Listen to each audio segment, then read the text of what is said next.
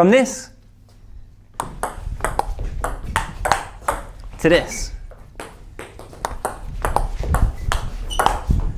Boom. Yes guys, what's going on? It's Dan and Tom here from the TableTennisDailyAcademy.com, and in today's video we're going to teach you 5 tips to produce killer spin in table tennis. Yes, definitely Dan. Let's get started then.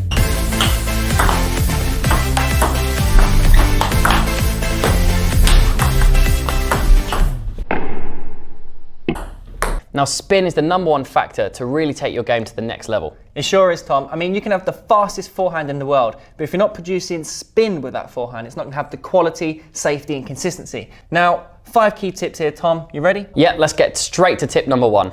Tip 1 all starts from the ground up. Now, a lot of players think to produce spin comes from the arm and wrist, whether you're doing a backhand flick or a forehand topspin. However, if you're not staying nice and low and using good weight transfer, you can be very limited to the amount of spin you can get because the arm on its own is not enough acceleration and power. You want to be nice and low. If we take Timo Boll, for example, one of the spinniest players right now on the circuit, he's super low to the table in all his shots. Whether that's a push, backhand flick, backhand open up, he's always low, good bend in the knees, and that allows him to get the acceleration. It's like a whipping action where the legs and body accelerate first, the trunk turns, good weight transfer, and then the arm comes in at the last minute. And that's where that acceleration comes from to brush the ball. So the legs is absolutely fundamental in producing lots of spin in table tennis. Now, if I just do some top spins upright, not bending my legs, let's see how much spin I can get.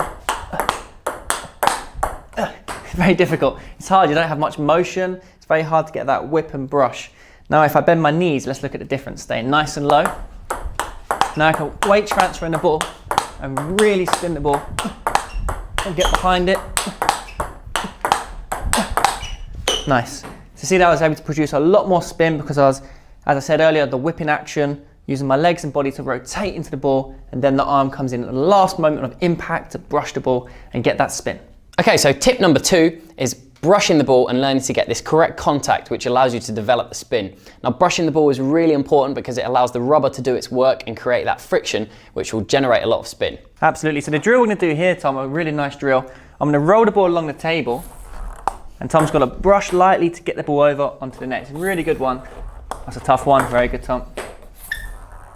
An excellent drill, this. See how he's having to really just stroke the ball. A nice light stroke. Another one on the backhand. Lovely, using that wrist there, lightly contacting the ball. And that's what we want to emphasize. To get this brushing contact, you do have to be relaxed and allow the rubber to do its work. You're looking for a fine contact, being very light on the ball. If you're too heavy with the contact, you're not going to generate that brushing contact that will create a lot of spin. And if you are really struggling, start with your bat actually at the table and then just go upwards. So just have a look at that. If you just roll that to my forehand. Yeah. So you can start here and then just simply go up, straight up. So there's no way you're going to hit the table there. It's a nice and safe way to start learning that contact. Okay, so another great drill is simply get a bottle, and this helps with a backhand flick or shots over the table, but at the same time helps you master the brushing action and understand the concept. So Tom, take it away. So what we're trying to do is brush the ball off the top of the bottle without knocking it over. So if you don't get that brushing contact and you're too thick, what will happen is you'll hit the ball, but you'll knock the bottle over as well. So what we're looking for is that brushing light contact, nice fine touch on the ball, and brushing it over without letting that bottle fall down. Tom, no pressure. Right, here we go. So that's what we're looking for. So that does teach you that really having the closed bat to lightly brush across the ball and generate that spin. So if you take a look at Tom here, he's brushing the ball and using his wrist, which is an integral part which allows him to generate more spin.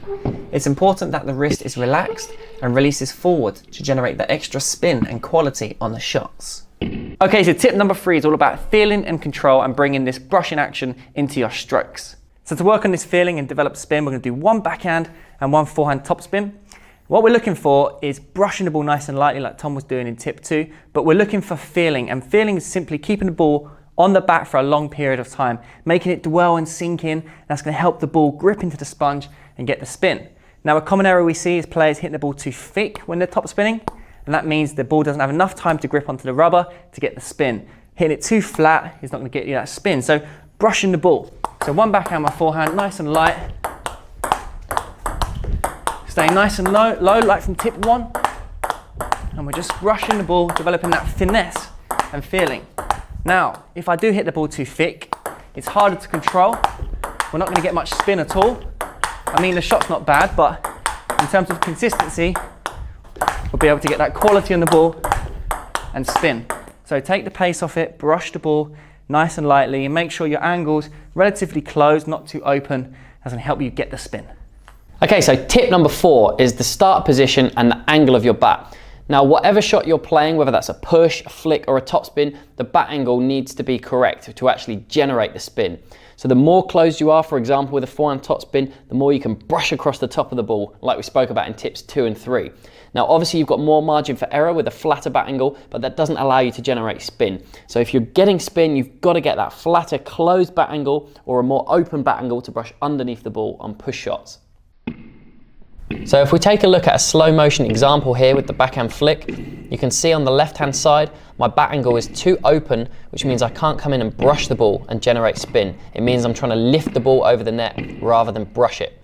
Now on the right hand side, I'm stepping in with a much more closed bat angle, which allows much better grip and purchase on the ball and gives you that spinning contact that we're looking for.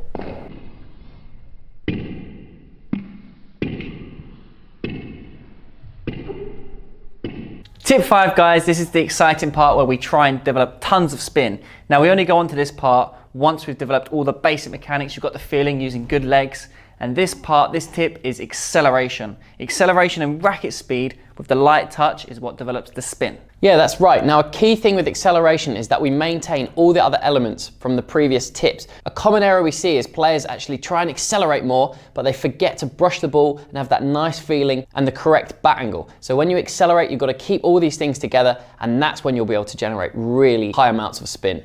So if we go back to, I'll do a backspin serve, Tom, Yep. push my forehand, I'm going to try and get good speed and spin at the same time. Okay.